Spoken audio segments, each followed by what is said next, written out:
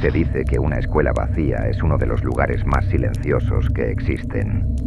Pero pregúntale a cualquier maestra que se haya quedado sola de noche.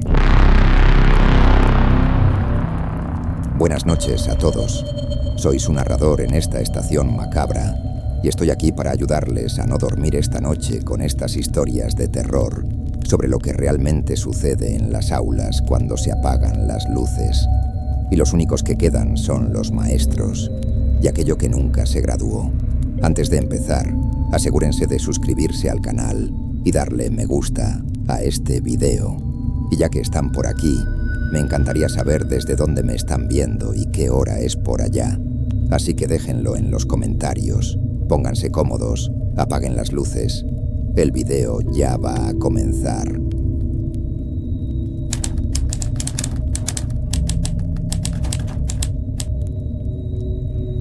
Mi nombre es Sofía Martínez. Tengo 34 años y desde hace 6 soy maestra de primer grado.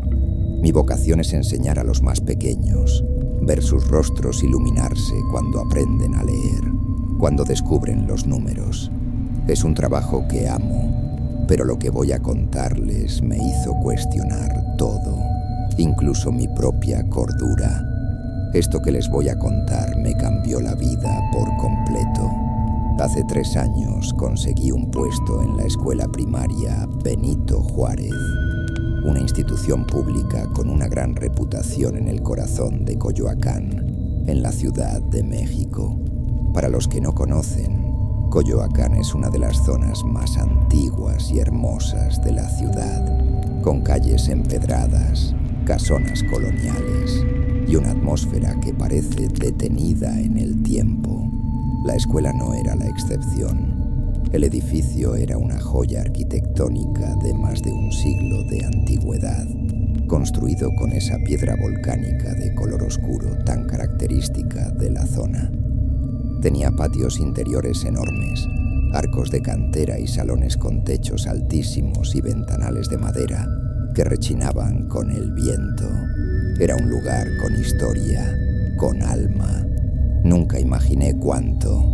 Los que han trabajado como maestros en México, sobre todo en la capital, me van a entender cuando hablo de la carga de trabajo.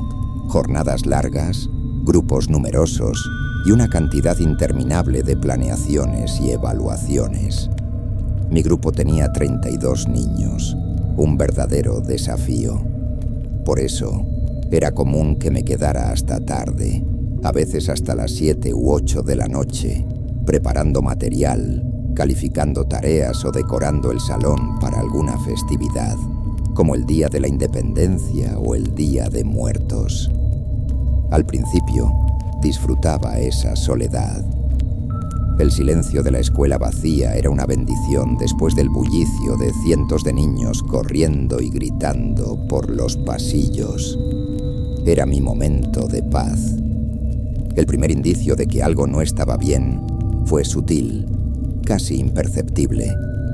Una tarde de septiembre, mientras preparaba los adornos para las fiestas patrias, escuché el sonido de una canica rebotando en el patio central. 1, 2, 3 rebotes y luego silencio. No le di importancia. Pensé que sería el hijo del conserje, don Ramiro, un hombre amable que vivía con su familia en una pequeña casa en la parte trasera del plantel. Pero cuando salí del salón, el patio estaba completamente vacío y bañado por la luz naranja del atardecer. No había nadie. Las cosas se mantuvieron así por un tiempo. Pequeñas rarezas que mi mente se apresuraba a justificar. El sonido de risas infantiles muy lejanas que atribuía al eco de la calle. Objetos en mi escritorio que aparecían en un lugar ligeramente distinto a donde los había dejado. Una corriente de aire helado en pleno mayo, cuando el calor en la ciudad es sofocante. Intenté buscarle una explicación lógica a todo. La acústica del edificio, mi propio cansancio, el estrés. Un maestro siempre está agotado. Es fácil que la mente te juegue trucos. El punto de inflexión llegó una noche de octubre. Estaba terminando de revisar los exámenes de matemáticas. Eran casi las 9 de la noche. La escuela estaba en una quietud absoluta, solo rota por el lejano murmullo del tráfico en la avenida Miguel Ángel de Quevedo. De repente, escuché un llanto. No era un lamento, sino el sollozo suave y triste de un niño pequeño. Venía del fondo del pasillo, cerca de los baños. El corazón se me detuvo. Mi primer pensamiento fue que un alumno se había quedado encerrado. Me levanté de un salto, con la adrenalina recorriéndome el cuerpo. «Hola, ¿hay alguien ahí?», pregunté con la voz temblorosa mientras caminaba por el corredor oscuro. El llanto se detuvo de golpe.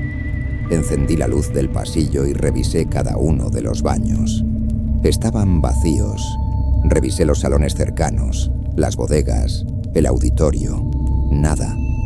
Todo estaba cerrado y en silencio. Pensé que estaba perdiendo la cabeza. Regresé a mi salón, junté mis cosas con manos temblorosas y prácticamente corrí hacia la salida. Don Ramiro estaba cerrando el portón principal. «Buenas noches, maestra Sofía. Ya tan tarde», me dijo con su habitual calma. «Don Ramiro, usted no escuchó a un niño llorando». «¿Component placement?», pregunté, tratando de sonar casual. Él dejó de forcejear con la cerradura y me miró fijamente. Su rostro afable se tornó serio. «A veces se escuchan cosas, maestra. Este lugar es muy viejo. No se asuste. Mientras no se meta con usted, no pasa nada. Es nomás Mateo». «¿Mateo? ¿Quién es Mateo?» «Drenia», insistí. «Un niño. Uno que no se quiso ir». Respondió en voz baja y cambió de tema inmediatamente. No quise presionar. Esa noche no pude dormir. El nombre Mateo resonaba en mi cabeza. Los que son de México me van a entender cuando hable de la importancia que le damos al Día de Muertos. Las escuelas se llenan de ofrendas, de flores de cempasúchil, de papel picado y calaveritas de azúcar. Es una celebración de la vida a través del recuerdo de la muerte. Decidí investigar en los archivos antiguos de la escuela, bajo el pretexto de buscar fotos para un proyecto sobre la historia del plantel. Los archivos eran un cuarto polvoriento y olvidado en el sótano. Después de horas de revisar libros de registro amarillentos y con olor a humedad, lo encontré. Un registro de 1952, un listado de alumnos de primer grado y un nombre, Mateo Rivas. Al lado de su nombre, una anotación escueta con tinta corrida. Baja por defunción. Accidente en plantel. Sentí un escalofrío que me recorrió de pies a cabeza. Seguí buscando hasta que di con un viejo periódico local archivado. La noticia era breve. Un niño de 6 años, llamado Mateo Rivas, había muerto al caer desde el techo del segundo piso, mientras intentaba recuperar una pelota. Sucedió un 15 de octubre. Estábamos a 14 de octubre. Mañana se cumplía el aniversario. Esa noche, a pesar del miedo, sentí que tenía que hacer algo. Me quedé hasta tarde y esperé. El silencio era denso, pesado. Justo a las 9, la hora del llanto la vez anterior, volví a escucharlo. El mismo sollozo infantil y desolado, viniendo del patio. Respiré hondo y salí de mi salón. En el centro del patio, bañado por la luz pálida de un farol, había una figura pequeña y semitransparente. Un niño pequeño, con pantalones cortos y tirantes, como en las fotos antiguas. Estaba de espaldas a mí, acurrucado en el suelo. Lloraba. No sentí terror, sino una profunda y abrumadora tristeza. «Mateo», dije en voz baja. El llanto cesó. La figura se levantó lentamente y se giró. No pude ver su rostro con claridad. Era como mirar a través de un cristal empañado, pero pude sentir su soledad, su confusión. Se quedó mirándome por un instante que pareció eterno. «No tienes que llorar más», le dije, con el corazón en la garganta. «Tus papás te están esperando. Ya puedes irte a casa». No sé por qué dije eso. Simplemente sentí que era lo correcto. La pequeña figura pareció encogerse y poco a poco se desvaneció en el aire. El patio quedó en silencio, pero era un silencio diferente. Un silencio en paz. Nunca más volví a escuchar el llanto, ni los rebotes de la canica, ni las risas lejanas. La presencia se había ido. Le conté todo a don Ramiro, quien solo asintió con la cabeza, como si confirmara algo que ya sabía. Me dijo que, por décadas, los conserjes habían escuchado al niño, siempre en las fechas cercanas a su muerte. Lo llamaban el guardián de la escuela, un alma inofensiva atrapada en su última memoria. Seguí trabajando en esa escuela 2 años más. Nunca volví a sentir miedo allí. Al contrario, sentía un profundo respeto por sus muros y su historia. Esa experiencia no me hizo huir del magisterio. Me hizo comprender que enseñamos en lugares que son mucho más que simples edificios. Son testigos silenciosos de innumerables vidas, de alegrías, de tristezas y a veces de almas que simplemente no encuentran el camino a casa. Los que han perdido a un familiar cercano, díganme si han vivido algo similar, esa sensación de que no se han ido del todo. Para mí, Mateo no era un fantasma aterrador, era solo uno de mis niños, uno que necesitaba que su maestra le dijera que la clase había terminado y que ya era hora de irse.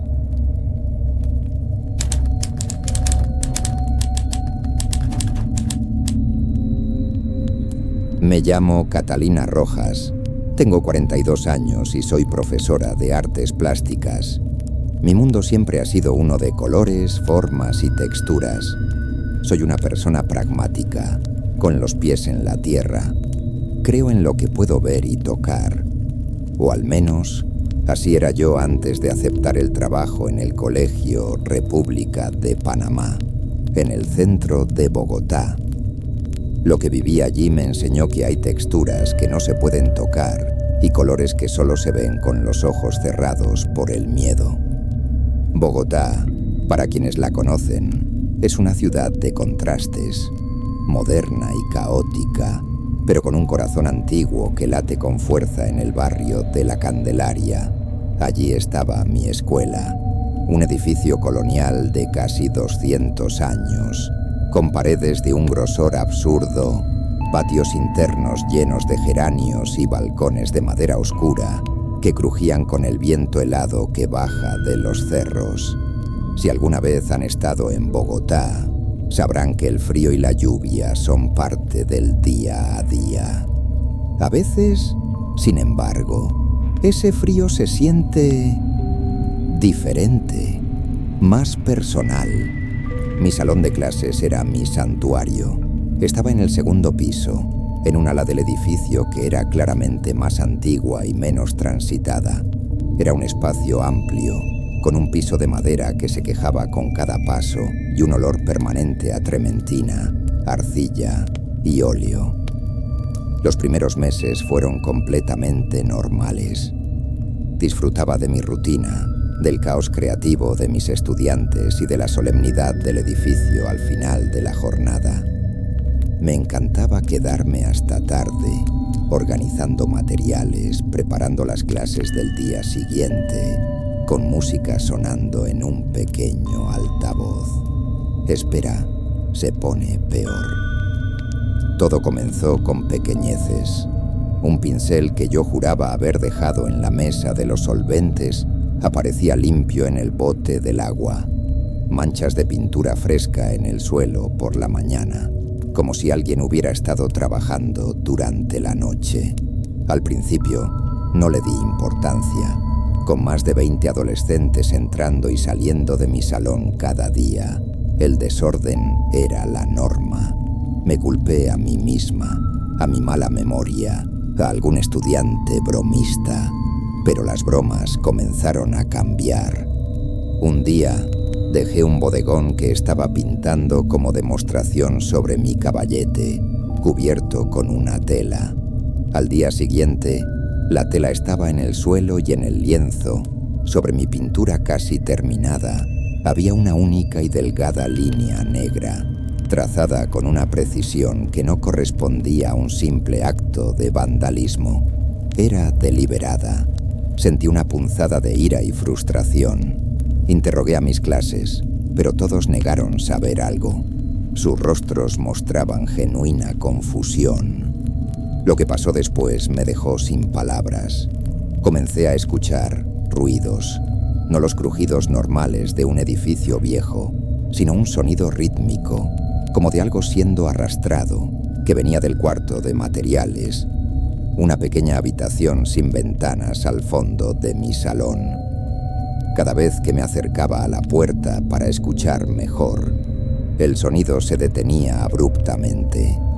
Esto empezó a suceder casi todas las tardes que me quedaba sola. El altavoz con el que ponía música comenzó a fallar. Se apagaba y encendía solo, o cambiaba de canción a una estática pura y chirriante.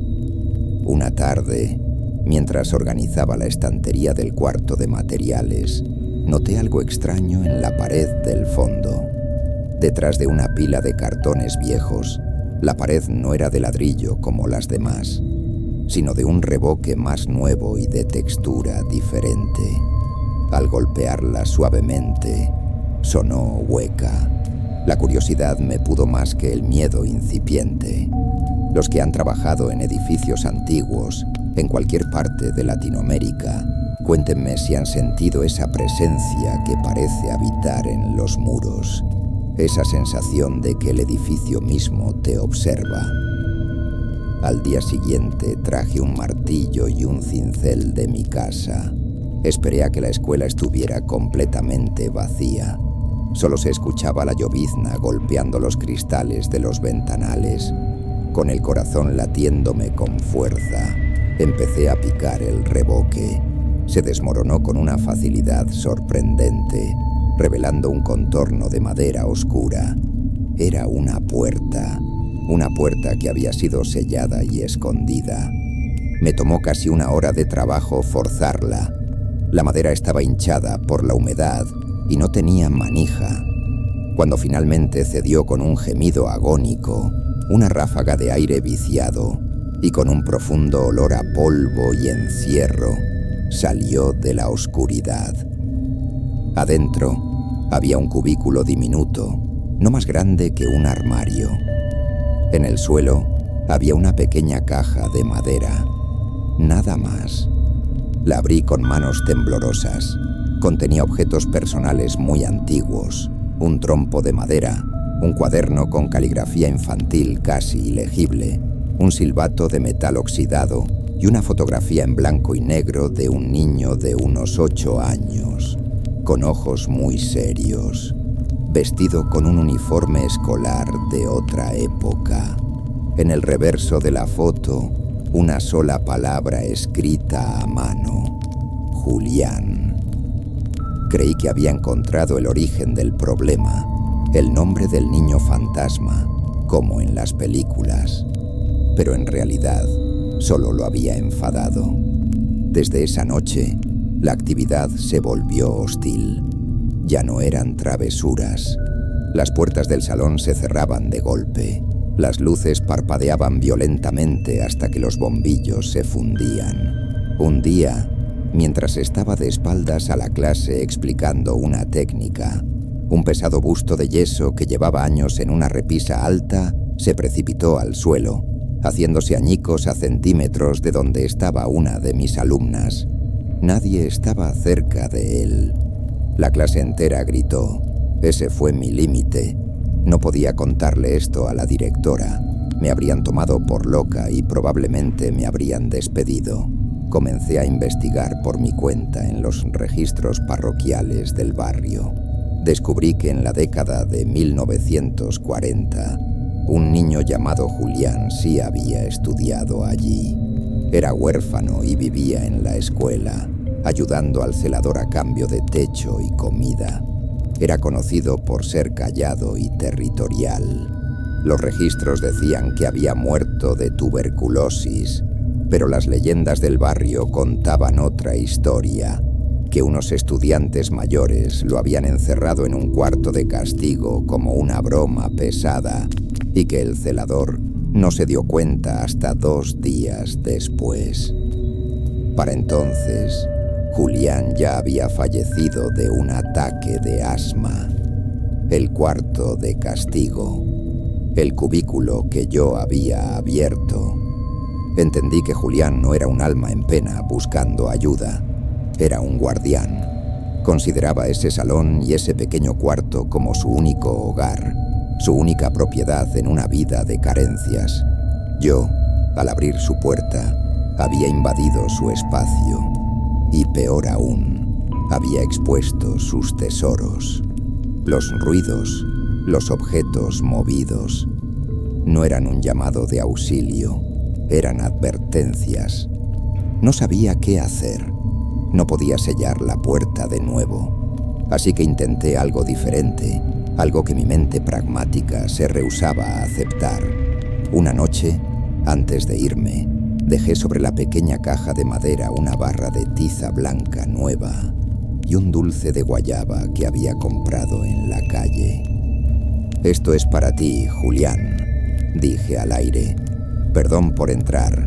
No volveré a molestarte. Este también es mi espacio de trabajo y tenemos que compartirlo». Me sentí ridícula, pero a la mañana siguiente la tiza y el dulce no estaban. Y el salón estaba en una calma que no había sentido en meses.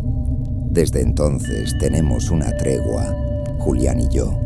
Él sigue aquí. A veces siento el frío repentino que delata su presencia, o veo por el rabillo del ojo una sombra moverse cerca del cuarto de materiales. Ya no me asusta. Una vez a la semana le dejo un pequeño obsequio en la entrada de su cuarto. Una canica, una estampa, un trozo de arcilla. Es mi forma de pagarle el alquiler. Algunos de mis colegas me dicen que mi salón tiene un ambiente pesado, que no les gusta entrar. Yo solo sonrío. Ellos no lo entienden. No saben que mi salón de arte en el corazón de Bogotá no es solo mío, es de los dos.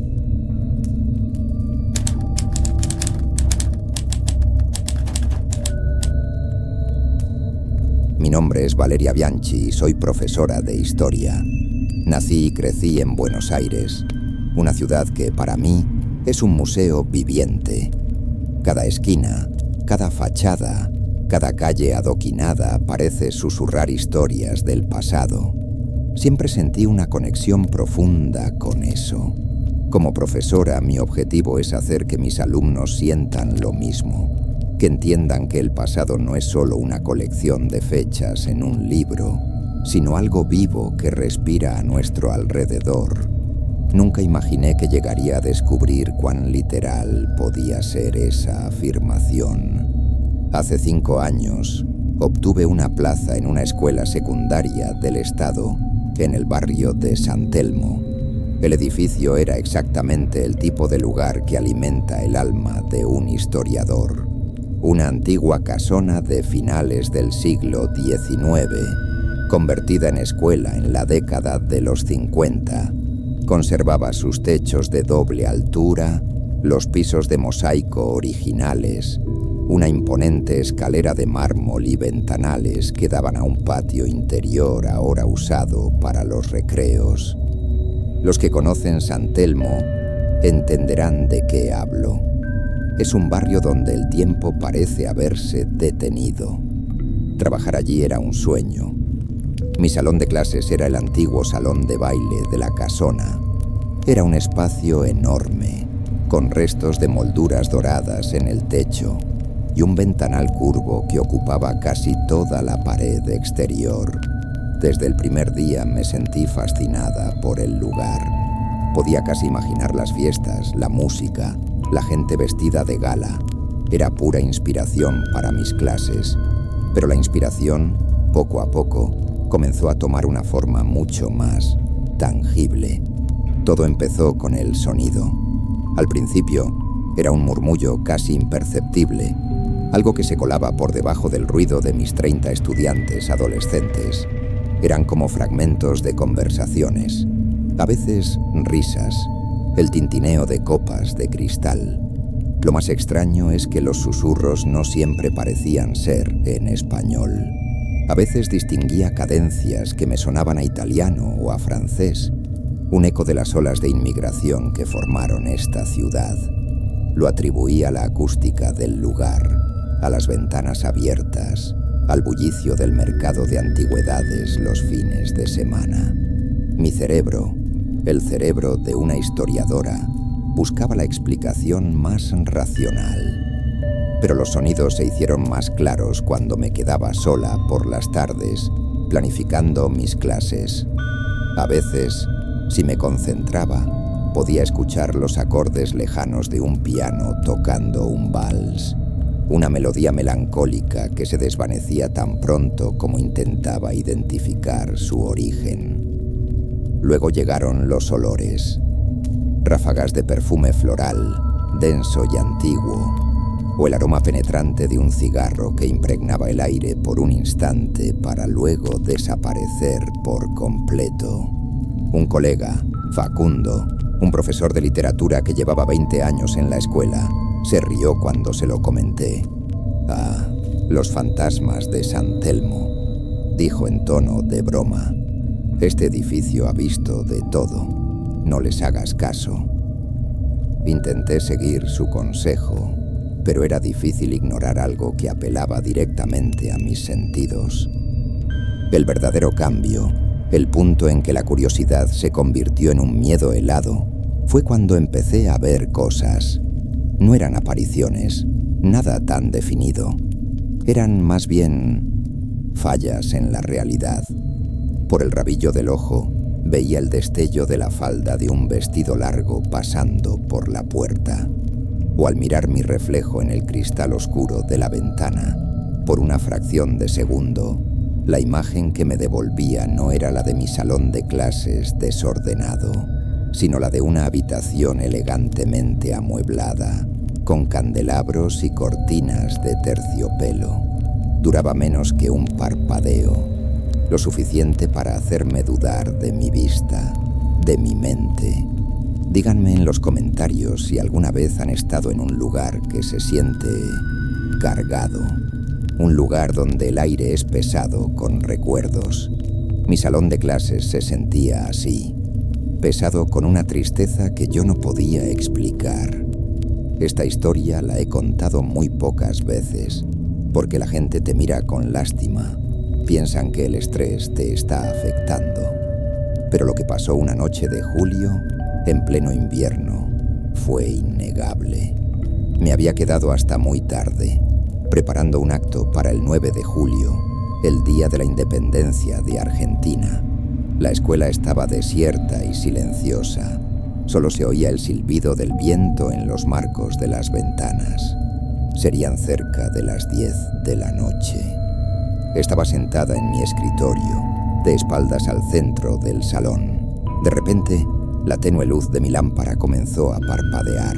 El aire se volvió denso y frío, y la música de piano, el vals que a veces escuchaba, comenzó a sonar. Pero esta vez no era un eco lejano.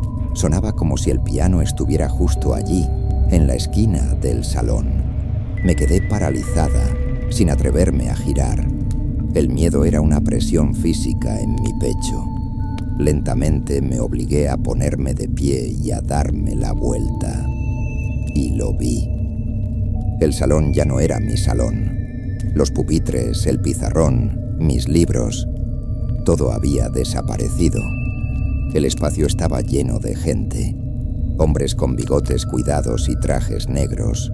Mujeres con vestidos suntuosos, peinados altos y guantes largos. Se movían con elegancia, girando al ritmo del vals que ahora sonaba con una claridad absoluta. No eran fantasmas transparentes, se veían sólidos, reales, pero no hacían ningún ruido, más allá de la música. No había voces, ni pasos, solo el movimiento silencioso y la melodía triste, y no podían verme. Yo era una intrusa, una espectadora invisible de una fiesta que había tenido lugar 100 años atrás. Mi mirada recorrió la estancia, aterrorizada y fascinada a partes iguales, y entonces la vi a ella. Apartada de la multitud, cerca del gran ventanal, había una mujer joven, de unos 20 años. Llevaba un vestido blanco, exquisito, pero su rostro estaba bañado en lágrimas. Sostenía un abanico cerrado con tanta fuerza que sus nudillos estaban blancos. Miraba hacia la puerta como si esperara a alguien que nunca llegó. Su angustia era tan palpable, tan real, que sentí un dolor agudo en mi propio corazón. No sé cuánto tiempo duró. ¿Segundos? ¿Minutos? De repente, con un último acorde lastimero del piano, la música se detuvo. Las figuras se desvanecieron como humo, y mi salón de clases volvió a ser mi salón de clases. Estaba sola de nuevo, temblando en el silencio, con el olor a perfume antiguo todavía flotando en el aire. A partir de esa noche, me obsesioné. Usé mis habilidades de historiadora no para mis clases, sino para desenterrar el pasado de ese edificio. Pasé semanas en el Archivo General de la Nación, revisando registros de propiedad y crónicas sociales de la época. Finalmente encontré a la familia que construyó la casa, los de la Torre, y encontré su tragedia. Inés de la Torre, su única hija, iba a anunciar su compromiso en su baile de debut en el invierno de 1912. Pero su prometido, un joven de una familia rival, nunca apareció. Fue un escándalo devastador. Unas semanas después, incapaz de soportar la humillación y el corazón roto, Inés se quitó la vida en su dormitorio, la habitación que ahora era el laboratorio de ciencias. Los ecos no se detuvieron. De hecho, ahora que entendía, parecían más frecuentes. A veces, en medio de una clase, veía a Inés, una figura borrosa cerca de la ventana, mirando anhelante hacia la puerta. Mis alumnos no veían nada, solo yo. Ya no me aterrorizaba, me producía una melancolía infinita. No renuncié a mi trabajo. ¿Cómo podría? La historia, mi pasión, se había vuelto mi realidad cotidiana. Aprendí a convivir con los ecos del pasado. A veces, cuando me quedo sola y escucho el vals, le hablo en voz baja a Inés. Él no valía la pena, le digo. Tu vida era mucho más valiosa. Sé que no puede oírme, pero me ayuda a sobrellevar la carga de ser la única testigo de su dolor eterno. Mi trabajo como profesora de historia adquirió una nueva dimensión, una más sombría y profunda. Enseño sobre el pasado en un lugar que se niega a dejarlo morir. Y a veces me pregunto si yo soy la que está atrapada aquí con ella.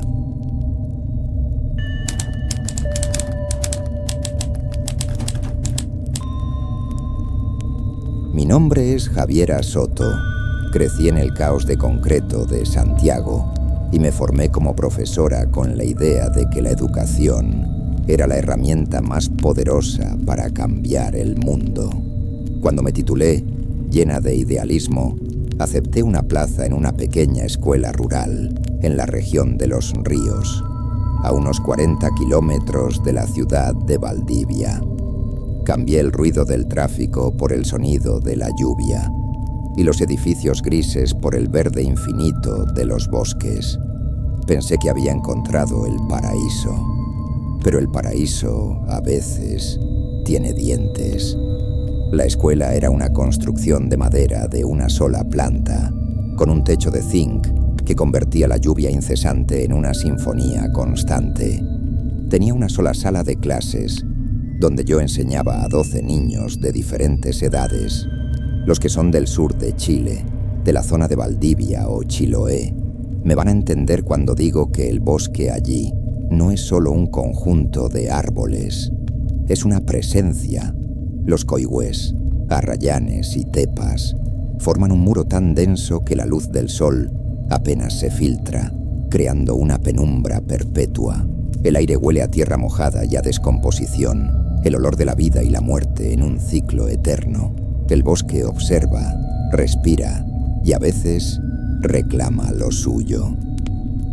En mi pequeño grupo de estudiantes había una niña que me llamó la atención desde el primer día. Se llamaba Martina. Tenía 7 años, unos ojos oscuros enormes y un silencio que parecía mucho más antiguo que ella. Casi no hablaba con los otros niños. Prefería quedarse en un rincón del patio durante el recreo, dibujando en un cuaderno gastado. Todos los psicólogos infantiles te dirán que es normal que un niño introvertido cree un amigo imaginario. Yo también lo pensaba. Por eso, cuando Martina me dijo que su mejor amigo se llamaba El Sombra, no me alarmé. ¿Y cómo es tu amigo, Martina? Drenia, pregunté un día, sentándome a su lado. Ella no levantó la vista de su dibujo. Es alto y oscuro. No tiene cara, susurró. Y siempre tiene frío. Miré su dibujo. Era la misma imagen que dibujaba todos los días. Una figura infantil. Ella, de la mano de una silueta humana exageradamente alta y delgada, completamente negra, como un vacío en el papel. La figura de la sombra no tenía rasgos, ni ropa, solo forma. Era inquietante, pero lo atribuía a la imaginación infantil. Sin embargo, noté algo. El dibujo era siempre el mismo, pero cada día la figura de la sombra parecía un poco más grande, más imponente. Las cosas comenzaron a ponerse extrañas de forma gradual. Martina empezó a hablar más, pero no con los demás niños. La escuchaba susurrar conversaciones enteras con su amigo, cuando creía que nadie la oía. No eran conversaciones de juego, eran serias, como si estuviera recibiendo instrucciones. Luego, los otros niños empezaron a tenerle miedo. Una de las niñas mayores, Sofía, se me acercó un día con los ojos llenos de lágrimas. La Martina me dijo que el Sombra le contó que mi perrito se va a enfermar. Me dijo. 2 días después, el perro de Sofía murió, aparentemente envenenado. No había pruebas de nada, pero la coincidencia me heló la sangre. Empecé a observar a Martina con más atención. Su conocimiento del entorno era anormal. Un día, durante una caminata por un sendero seguro cerca de la escuela, nos señaló una planta de apariencia inofensiva. «Esa no se toca», dijo con una voz monótona. «Si te la comes, la lengua se te hincha y no puedes respirar». El cuidador de la escuela, un hombre mayor llamado Don Aníbal, originario de la zona, me confirmó más tarde que la planta era altamente tóxica. Le pregunté a Martina cómo lo sabía. El Sombra me lo dijo. Él conoce todo el bosque. Respondió sin darle importancia. El verdadero terror comenzó una tarde de junio, en pleno invierno. La lluvia caía a cántaros, golpeando el techo con una furia que hacía temblar las ventanas. Estaba terminando de guardar unas cosas cuando me di cuenta de que Martina no estaba en el grupo de niños que esperaba a que sus padres los recogieran. Salí corriendo.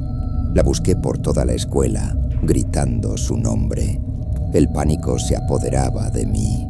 Don Aníbal se unió a la búsqueda. Finalmente la encontramos. Estaba de pie, inmóvil, al borde del bosque, donde comenzaba la espesura. Estaba empapada, temblando de frío, pero con la mirada fija en la oscuridad entre los árboles. «Martina, ¿qué haces aquí? ¡Vamos adentro!» «Drenia», le grité, corriendo hacia ella. Se giró lentamente. La expresión de su rostro no era la de una niña de 7 años. Era vacía, fría, y la voz que salió de su boca me paralizó. No era su voz aguda e infantil.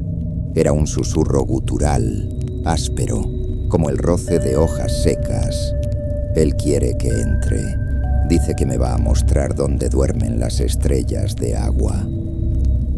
Me quedé helada, sin entender. Fue don Aníbal quien reaccionó. Se persignó rápidamente y, agarrando a Martina del brazo con una fuerza sorprendente para su edad, la arrastró de vuelta a la escuela. «No la deje sola, profesora, nunca, y no deje que se acerque al bosque», me dijo con una seriedad mortal. Esa noche, cuando los padres de Martina finalmente llegaron, me senté con don Aníbal en la pequeña cocina de la escuela. Me temblaban las manos mientras sostenía una taza de té caliente. «¿Qué fue eso, don Aníbal? ¿Qué son las estrellas de agua?» «Drenia», pregunté. Él suspiró, su rostro arrugado por el tiempo y el sol. Es como los antiguos llamaban a los pozos ocultos en el bosque, los que se tragan la luz. Es una trampa. No es un amigo imaginario lo que tiene esa niña, profesora. Es algo más. Algo viejo y hambriento que vive en la sombra de los árboles. Mis abuelos ya le temían. Lo llamaban el silente. No habla con palabras, sino que siembra pensamientos en las mentes débiles, en las solitarias. Promete secretos a cambio de compañía, y cuando se cansa, se los lleva. Entendí que estaba enfrentando algo que no aparecía en ningún manual de pedagogía. No era un problema psicológico, era una batalla espiritual. Cuéntenme en los comentarios si en sus países existen leyendas parecidas sobre espíritus del bosque. Decidí luchar, pero no con rezos ni rituales que no entendía, sino con mis propias armas, la educación y el afecto. Me volqué en Martina. Le dediqué toda mi atención. La hice mi ayudante de clases. Descubrí que tenía un talento increíble para la música. Le llevé una flauta dulce y le enseñé a tocar. La obligaba suavemente a trabajar en grupo, a hablar con los otros niños, a forjar lazos reales que la anclaran a este mundo. Era una guerra silenciosa y agotadora. Poco a poco, Martina comenzó a cambiar. Empezó a sonreír. Dejó de dibujar al sombra. Un día, encontré su viejo cuaderno en el basurero, con todas las páginas arrancadas. Sentí un alivio inmenso, pero sabía que no habíamos ganado. Solo habíamos reforzado las defensas. No sé si el silente se rindió o si solo está esperando. A veces, cuando miro hacia el borde del bosque, me parece ver solo por un instante una figura alta y oscura, de pie entre los árboles, observando la escuela, observándome. Ya no veo el bosque como un lugar hermoso. Lo veo como una frontera, una barrera entre nuestro mundo y otro, mucho más antiguo y oscuro. Y yo estoy aquí, en la primera línea, protegiendo a mis 12 pequeños estudiantes con canciones y tablas de multiplicar, esperando que sea suficiente.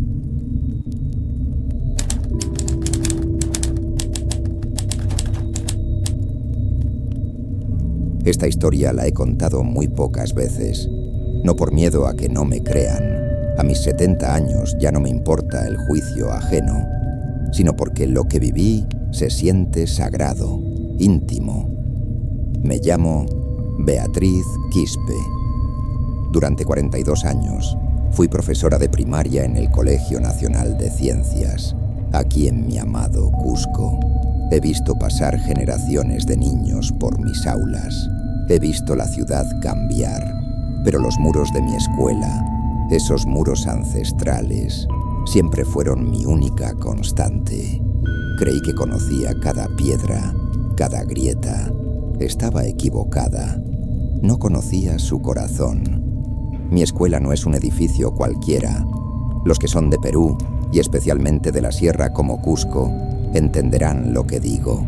Es una construcción colonial, sí, pero sus cimientos son mucho más antiguos. Literalmente, el primer piso del ala oeste está construido sobre un muro inca original, de esos con piedras poligonales ensambladas con una precisión que desafía la lógica moderna. Siempre hemos sentido un orgullo inmenso por ello. Era la prueba viviente de nuestra historia, de la resistencia de nuestra cultura.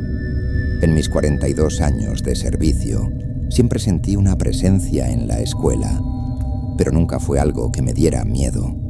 Al contrario, era una sensación de calma, de protección, un abrigo. Los profesores más antiguos, como yo, le pusimos un apodo cariñoso, el abuelo. Bromeábamos sobre él.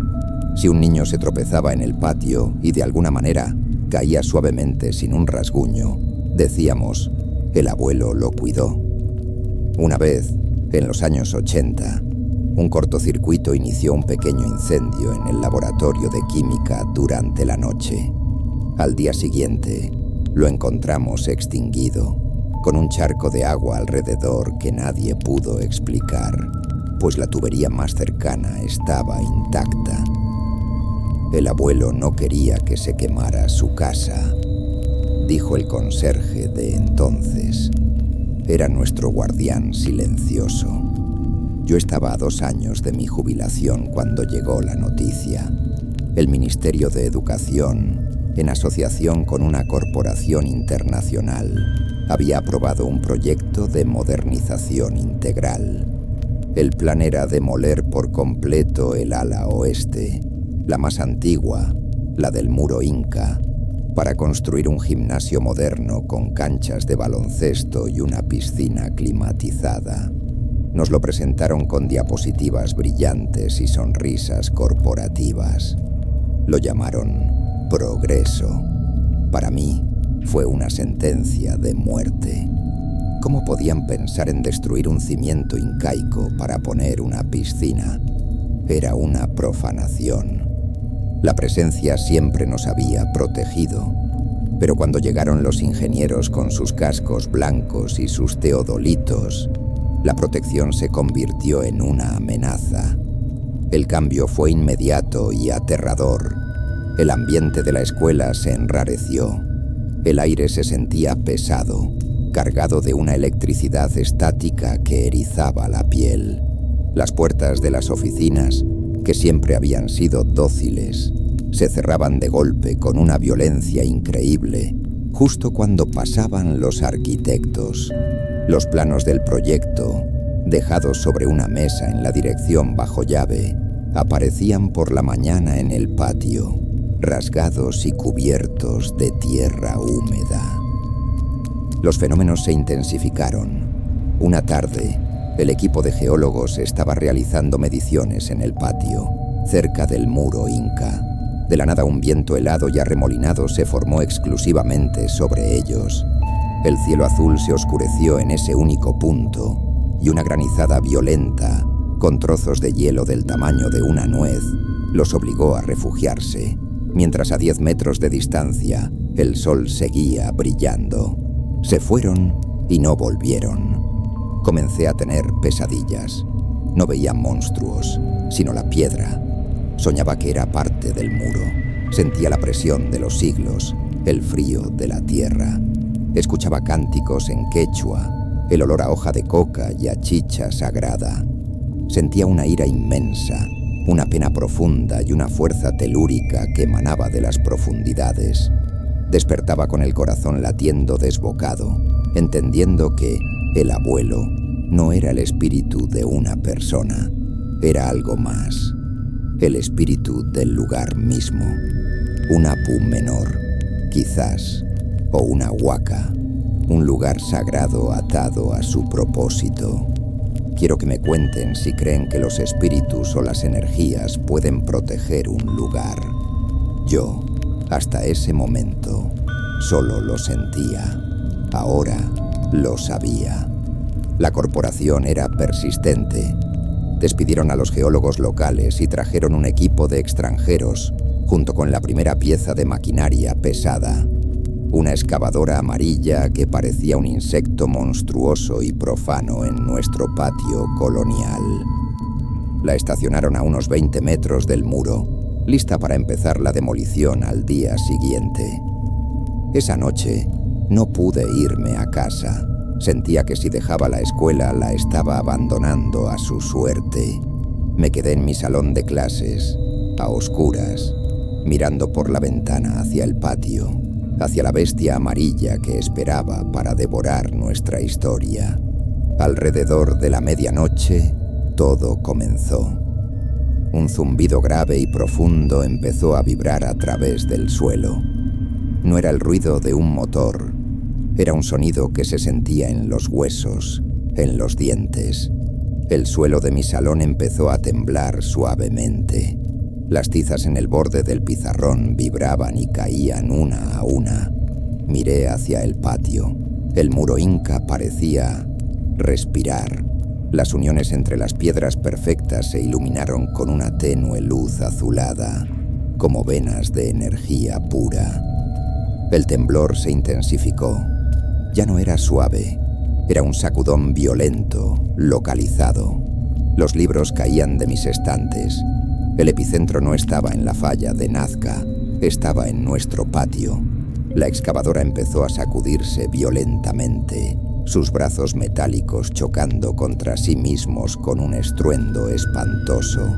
Con una sacudida final y brutal, la tierra debajo de la máquina pareció hundirse. La excavadora se inclinó hacia un lado y se volcó con un gemido metálico que rasgó la noche. Y entonces, el evento final, la sentencia. Desde la base del muro inca, una grieta se abrió en la tierra del patio. Avanzó, zigzagueante y veloz como un rayo, directamente hacia la máquina volcada. Se detuvo justo en su oruga metálica. El silencio que siguió fue más aterrador que el estruendo. El mensaje era inequívoco. Hasta aquí. No avancen más. A la mañana siguiente, la escena era un caos. Los directivos, los ingenieros extranjeros, la policía. Nadie podía explicarlo. El sismógrafo nacional no había registrado nada. Era un terremoto que solo había ocurrido en un radio de 100 metros. Los trabajadores se negaron a volver.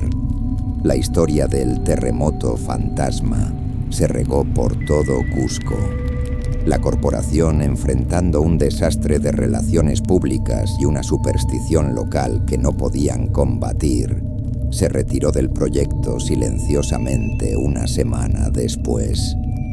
Usé el impulso. Organicé a padres, exalumnos e historiadores.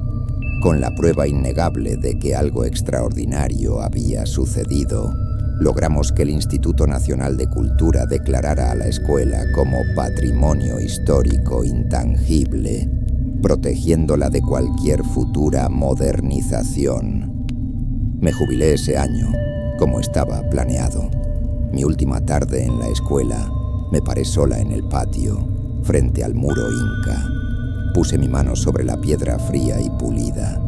Ya no había ira en el aire, solo la calma de siempre, la sensación de un deber cumplido. Susurré en quechua, la lengua de mis verdaderos abuelos, Sulpaiki, Machu. Gracias, anciano. No fui solo una maestra de niños. El destino me convirtió por un breve tiempo en la voz de un guardián de piedra que no podía hablar. Y entendí que los cimientos más importantes no son los que sostienen los edificios, sino los que sostienen nuestra memoria.